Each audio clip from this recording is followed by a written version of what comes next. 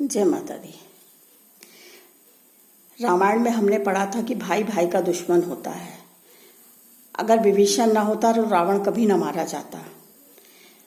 बिहार में हम साक्षात कलयुगी रामायण को देख रहे हैं कि एक ही पिता से जन्मे दोनों भाई तेजस्वी यादव और तेज प्रताप यादव आपस में लड़ रहे हैं, एक दूसरे के दुश्मन बने हैं, एक दूसरे को नीचा दिखाने के लिए अपशब्दों का प्रयोग कर रहे हैं, अपने पिता पर उंगलियां उठा रहे हैं। या तो वो जनता को बेवकूफ़ बना रहे हैं कि जनता को कैसे बेवकूफ़ बना के वोट बटोर लिया जाए और बाद में दोनों भाई मिल जाए। ये हो सकता है कलयुग की रामायण। या फिर ये हो सकता है कि पहले लोग गिफ्ट देकर के वोट खरीदते थे, आज नोट देकर वोट खरीदते हैं और खुलेआम नोट देते हैं। कोई बहनों के नाम पे दे रहा है, कोई माताओं के नाम पर दे रहा है, कोई किसी चीज़ के लिए दे रहा है तो कोई किसी चीज़ के लिए दे रहा है।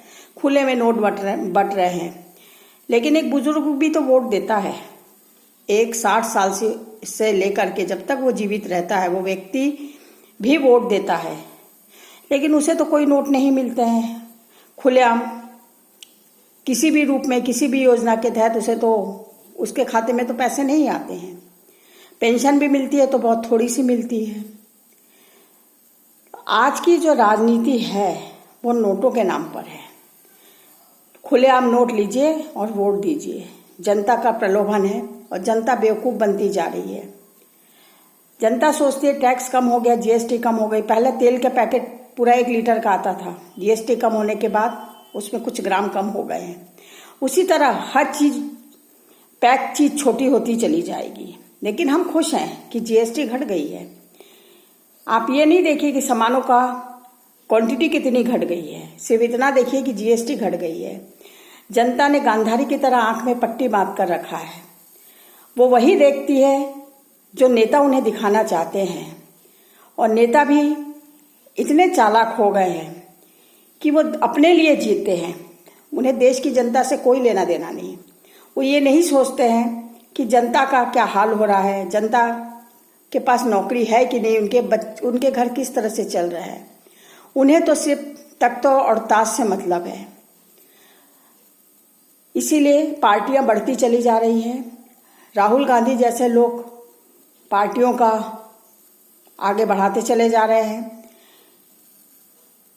और इसी तरह चलता रहेगा, क्योंकि ये कलयुग है। कलयुग की चरम सीमा पहुंच रही है।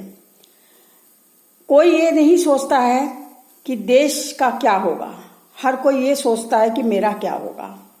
और इसी के साथ मैं अपने शब्द आप लोगों के पास ही रख रही हूँ कि बिहार की कलयुगी रामायण जो चल रही है उसे आप देखिए, सोचिए और समझिए।